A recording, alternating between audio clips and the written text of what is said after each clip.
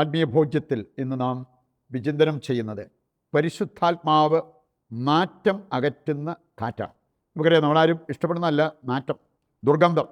ഇനി അങ്ങനെ വേണമെങ്കിൽ നമ്മുടെ വണ്ടിക്കകത്തൊരു ദുർഗന്ധം ഉണ്ടെങ്കിൽ വിൻഡോ താത്തി കാറ്റകത്തേക്ക് വരാനായിട്ട് നമ്മൾ അനുവദിക്കും. ഇനി പുറത്തൊരു ദുർഗന്ധം ഉണ്ടെങ്കിൽ അത് അകത്തേക്ക് കയറാതിരിക്കാൻ വേണ്ടി നമ്മൾ വിൻഡോ അടയ്ക്കും. വീടിനകത്താണെങ്കിലും ഒരു ദുർഗന്ധം ഉള്ള സാഹചര്യത്തിൽ ജനൽ, കതക് ഇതെല്ലാം തുറന്നിട്ട് കാറ്റുള്ളിലേക്ക് വരാൻ അനുവദിക്കുന്നത് നമ്മൾ സാധാരണ ചെയ്യാറുള്ള ഒരു കാര്യമാണ്. ഒരു ക്രിസ്ത്യാനിയെ സംബന്ധിച്ചിടത്തോളം നാറ്റം എന്ന് പറയുന്നത് അതിൻ്റെ മെയിൻ കാരണം പാപമാണ്. ഈ പാപത്തിൻ്റെ ദുർഗന്ധം അകറ്റുന്ന ഒരു ശക്തിയായിട്ട് പരിശുദ്ധാത്മാവിനെ നമുക്ക് കാണാൻ പറ്റും. വിശുദ്ധ ഫ്രാൻസിസ് സാലസ് പഠിപ്പിക്കുന്ന ഒരു കാര്യമുണ്ട്. അദ്ദേഹം പഠിപ്പിക്കുന്ന ഈ പഴുതാര വിഷത്തെക്കുറിച്ചാണ്. പഴുതാരയുടെ വിഷം, പഴുതാര നമ്മളെ കുത്തിയാൽ നമ്മുടെ ശരീരത്തിൽ വിഷം കയറുന്നത് പോലെയാണ്. ഇനി അത് നമുക്ക് ഒരുപാട് വേദന കൊണ്ട് പൊളയുന്ന അവസ്ഥയും അതുപോലെ തന്നെ നമുക്ക് നമ്മുടെ ആരോഗ്യം നശിപ്പിക്കുന്ന ഒരു കാര്യമാണ്. പക്ഷെ അദ്ദേഹം പറയാണ്, ഈ പഴുതാരയെ തന്നെ നമ്മൾ ഒരു തൈലമാക്കി മാറ്റിക്കഴിഞ്ഞാൽ അത് ഈ പഴുതാര കുത്തുമ്പോൾ അതിനൊരു ഔഷധമായിട്ട് മാറും. പഴുതാര വിഷം മാറി അത് ഔഷധമായിട്ട് മാറുന്ന ഒരു കാര്യം, അതിനെ തൈലമാക്കി മാറ്റണം എന്നാണ് പറഞ്ഞിരിക്കുന്നത്. അത് വെച്ച് വിശുദ്ധ ഫ്രാൻസിസ് സാലസ് സൂചിപ്പിച്ച ഒരു കാര്യമുണ്ട്. നമ്മുടെ പാപം നമുക്ക് ലജ്ജാകരമാകുന്നത് അത് കുമ്പസാരം വരെ മാത്രമാണ്. കുമ്പസാരിച്ച് കഴിയുമ്പോൾ, അനുദപിച്ച് കുമ്പസാരിച്ച് കഴിയുമ്പോൾ നമ്മുടെ പാപം രക്ഷാകരമായി മാറും. ഈ ഒരു കാര്യത്തിന് നമ്മൾ തയ്യാറാകുന്നെങ്കിൽ നമ്മൾ ഈ പാപത്തിൻ്റെ ആ ഒരു ദുർഗന്ധം, ആ നാറ്റം, അത് നമ്മൾ കൊണ്ടു നടക്കേണ്ട ഒരാവശ്യമില്ല എന്നുള്ളത് ഈ വിശുദ്ധൻ നമ്മെ ഓർമ്മിപ്പിക്കുന്ന ഒരു കാര്യമാണ്. ഏതാനും ചില കാര്യങ്ങൾ അദ്ദേഹം തന്നെ നമ്മളെ സൂചിപ്പിക്കുന്നതും ദൈവ വചന വെളിച്ചത്തിൽ നമുക്ക് മനസ്സിലാക്കാൻ പറ്റുന്ന ചില കാര്യങ്ങളാണ്. പാപം നമ്മുടെ ജീവിതത്തിൽ വരുത്തുന്ന ചില കാര്യങ്ങൾ. ഒന്ന്, പാപം ഈ പറഞ്ഞ നാറ്റം വിതയ്ക്കുന്ന ഒന്നാണ്. മറ്റൊന്ന്, പാപം നമ്മുടെ ജീവിതത്തിൽ വലിയ നഷ്ടം വരുത്തും. സുഭാഷിതങ്ങൾ 24:20 വായിച്ചാൽ അവിടെ പറഞ്ഞിട്ടുണ്ട്, പാപജീവിതം നയിക്കുന്നവർക്ക് ഒരിക്കലും ഒരു നല്ല ഭാവി പ്രതീക്ഷിക്കാൻ പറ്റില്ല. അത് വലിയൊരു നഷ്ടമല്ലേ, നല്ലൊരു ഭാവി കിട്ടാതെ പോകുന്നത്. മൂന്നാമതൊന്ന്, പാപം രോഗം വരുത്തുന്നതാണ്. സങ്കീർത്തനം 107:17 മുതൽ വായിക്കുമ്പോൾ ഇക്കാര്യം വളരെ വ്യക്തമായിട്ട്, പാപകരമായ മാർഗങ്ങൾ പിന്തുടർന്ന് ചിലർ രോഗികളായി തീർന്നിരിക്കുന്നു. അതുപോലെ തന്നെ പാപം മരണം വരുത്തും എന്ന യാഥാർത്ഥ്യം ദൈവവചനം കൃത്യമായിട്ട് നമ്മെ പഠിപ്പിക്കുന്നുണ്ട്. അത് നമ്മൾ കാണുന്നത് റോമാലേഖനം 6-ാം അധ്യായം അതിൻ്റെ 23-ാമത്തെ വചനം. പാപത്തിൻ്റെ ശമ്പളം മരണമാണ്. അതുപോലെ തന്നെ യാക്കോബ് ശ്ലീഹ 1-ാം അധ്യായം 14-15 വചനങ്ങളും പാപം നമ്മളെ മരണത്തിൽ കൊണ്ട് എത്തിക്കും എന്നുള്ള ആ ഒരു കാര്യം കൃത്യമായിട്ട് നമ്മെ പഠിപ്പിക്കുന്നതാണ്. നമുക്കിത് മനസ്സിൽ വെച്ചുകൊണ്ട് ഏതാനും ചില കാര്യങ്ങൾ, നമ്മുടെ ശുദ്ധീകരണത്തിന് സഹായിക്കുന്ന ചില കാര്യങ്ങൾ മനസ്സിലാക്കിയിരിക്കാം. ഒന്നാമത്തേത്, പരിശുദ്ധാത്മാവ് ശുദ്ധീകരിക്കുന്ന അഗ്നിയാണ്. അതുകൊണ്ടാണ് ഞാൻ പറഞ്ഞത്, നാറ്റം അകറ്റുന്ന ഒരു കാറ്റായിട്ട് പരിശുദ്ധാത്മാവിനെ കാണാൻ പറ്റും. യെശയ്യായുടെ പുസ്തകം 6-ാം അധ്യായം 5-ാമത്തെ വചനം ഒരു തീക്കട്ടയെ അവിടെ സൂചിപ്പിക്കുന്നുണ്ട്. ഒരു തീക്കട്ട, സെറാബുകളിൽ ഒന്ന് തീക്കട്ടയെടുത്ത് യെശയ്യായുടെ അധരങ്ങളെ ശുദ്ധീകരിക്കുന്നത് നമുക്ക് കാണാൻ പറ്റും. തീക്കട്ടയായിട്ട് നമുക്ക് കാണാൻ പറ്റുന്ന, നമ്മളെ ശുദ്ധീകരിക്കുന്ന തീക്കട്ടയായിട്ട് കാണാൻ പറ്റുന്ന 3 കാര്യങ്ങളാണ്. ഒന്ന്, പരിശുദ്ധാത്മാവ്. പരിശുദ്ധാത്മാവാകുന്ന അഗ്നി നമ്മെ ശുദ്ധീകരിക്കും. രണ്ടാമത്തേതാണ് ദിവ്യകാരുണ്യം. ദിവ്യകാരുണ്യം നമ്മെ ശുദ്ധീകരിക്കുന്ന ഒരു അഗ്നിയായിട്ട് നമുക്കത് സ്വീകരിക്കാൻ പറ്റും. മൂന്നാമത്തേതാണ് തിരുവചനം, ദൈവത്തിൻ്റെ വചനം. യെശയ്യായുടെ അധരങ്ങളെ ശുദ്ധീകരിച്ചത് ദൈവത്തിൻ്റെ വചനമാണ്. ആ തീക്കട്ട നമ്മൾ ജെറമ്യാ 23:29 വായിക്കുമ്പോൾ അവിടെ പറഞ്ഞിട്ടുണ്ട്, എൻ്റെ വചനം ശുദ്ധീകരിക്കുന്ന അഗ്നിയാണ്. അതുപോലെ തന്നെ പാറയെ തകർക്കുന്ന കൂടമാണ്.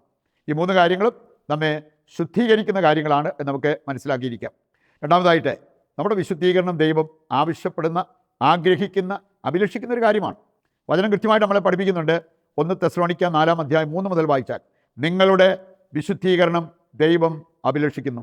യെശയ്യാ 1:15 മുതൽ വായിക്കുമ്പോൾ, നിങ്ങളെ തന്നെ ശുദ്ധീകരിക്കുക, പാപം അകറ്റുക, അപ്പോൾ നിങ്ങൾ പ്രാർത്ഥിക്കുമ്പോൾ ആ പ്രാർത്ഥന ഞാൻ സ്വീകരിക്കും.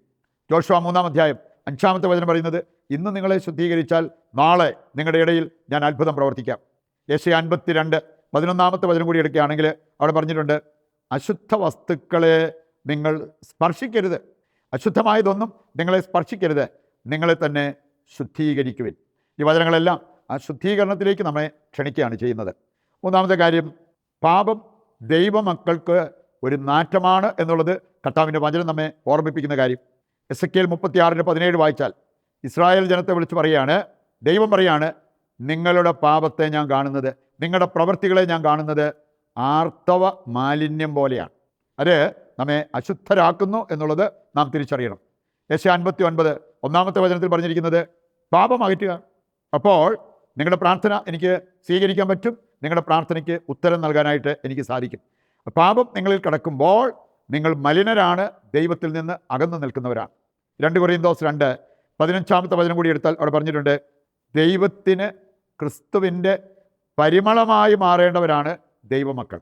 പാപത്തിൻ്റെ നാറ്റമല്ല നമുക്കുണ്ടാകേണ്ടത്, ക്രിസ്തുവിൻ്റെ പരിമളം. അവസാനമായിട്ട് നമ്മൾ ചിന്തിക്കുന്നത് എന്താണ് പരിഹാരം? നമുക്ക് പാപത്തിൻ്റെ മാലിന്യത്തിലേക്ക് വീണു പോകാൻ ഇട വന്നിട്ടുണ്ടെങ്കിൽ ഇനി എന്താണ് അതിനകത്തുനിന്ന് മോചനം പ്രാപിക്കാനുള്ള വഴി? വചനം കൃത്യമായിട്ട് നമ്മെ പഠിപ്പിക്കുന്നുണ്ട്. ഒന്നാമത്തെ കാര്യം, ദൈവത്തിങ്കിലേക്ക് തിരിയുക, അതിന് ഒരു മനസ്സ് കാണിക്കുക. ലൂക്കാ 15:11 മുതൽ വായിക്കുമ്പോൾ ധൂർത്തപുത്രൻ അവൻ്റെ പിതാവിൻ്റെ പക്കലേക്ക് ഭവനത്തിലേക്ക് ഒന്ന് തിരിച്ചു വരാൻ തീരുമാനമെടുത്തതേ ഉള്ളൂ. അവന് കിട്ടിയ സൗഭാഗ്യം, ദൈവത്തിങ്കിലേക്ക് തിരിച്ചു വരാൻ നമ്മൾ തയ്യാറായാൽ മതി. ജെറമ്യാ 3:12-22 നമ്മളെ ഓർമ്മിപ്പിക്കുന്നത് അതുതന്നെയാണ്. മറ്റൊരു കാര്യം, മാലിന്യം നീക്കാൻ നമ്മൾ തയ്യാറാകണം. നമ്മൾ വീട് ക്ലീൻ ചെയ്യുമ്പോൾ അവിടെ മാലിന്യം ഇരിപ്പുണ്ടെങ്കിൽ അത് ദൂരെ കളഞ്ഞിട്ട് ക്ലീൻ ചെയ്യുമ്പോഴാണ് ആ ക്ലീനിങ് പൂർണ്ണമാകുക. മാലിന്യമകത്ത് വെച്ചുകൊണ്ട് വേണമെങ്കിൽ റൂം സ്പ്രേ അടിച്ചാലും അങ്ങനെയുള്ള കാര്യങ്ങളൊക്കെ ചെയ്താലും ക്ലീനിങ് വരത്തില്ല. മാലിന്യം അകറ്റണം. ലൂക്കാ 18:22 വായിച്ചാൽ ആ ചെറുപ്പക്കാരനോട് കർത്താവ് പറഞ്ഞൊരു കാര്യം, ഇനിയും നിനക്കൊരു കുറവുണ്ട്, ഒരു മലിനത നിന്നിലുണ്ട്, അത് അകറ്റുക, അപ്പോൾ നിനക്ക് സ്വർഗത്തിൽ വലിയ നിക്ഷേപം ഉണ്ടാവും. അവസാനമായിട്ട് കൃപയിൽ മുങ്ങി കുളിക്കാൻ തയ്യാറാവുക, നമ്മുടെ മാലിന്യങ്ങളെല്ലാം മാറും. ദൈവകൃപ, അതാണ് നമുക്ക് ഏറ്റവും ആവശ്യമായിട്ടുള്ളത്. എഫേസ്യസ് 2:8 വായിച്ചാൽ അവിടെ പറഞ്ഞിട്ടുണ്ട്, നാം രക്ഷ പ്രാപിക്കുന്നത് വിശ്വാസത്താലും കൃപയാലുമാണ്, പ്രവൃത്തിയേക്കാൾ വിശ്വാസത്താലും കൃപയാലും. 2 രാജാക്കന്മാർ 5:14 വായിക്കുമ്പോൾ നാമാൻ ആ ജോർദാൻ നദിയിൽ മുങ്ങി പൊങ്ങുന്ന ആ ഒരു രംഗം നമുക്ക് കാണാൻ സാധിക്കും. അവൻ അതിന് തയ്യാറായപ്പോൾ ശിശുക്കളുടെ ചർമ്മം പോലെ അവൻ്റെ ചർമ്മം മാറി.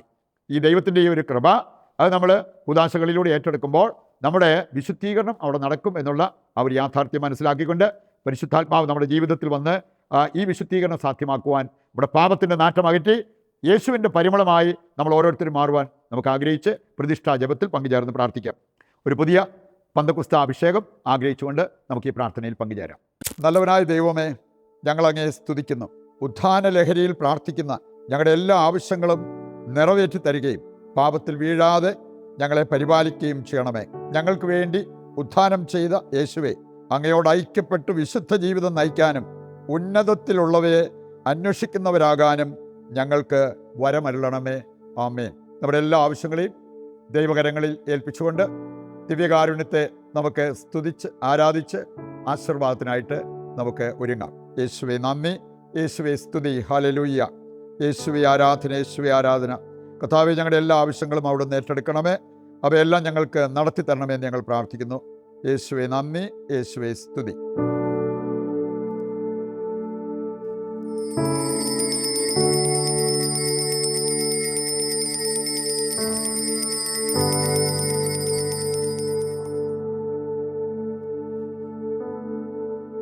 പരിശുദ്ധ പരമ ദിവ്യകാരുണ്യത്തിന് എന്നേരവും ആരാധനയും സ്തുതിയും പുകഴ്ചയും ഉണ്ടായിരിക്കട്ടെ. മറ്റൊരു എപ്പിസോഡുമായി നാളെ വീണ്ടും നമുക്ക് ഒന്നിക്കാം. ദൈവം നിങ്ങളെ സമൃദ്ധമായി അനുഗ്രഹിക്കട്ടെ.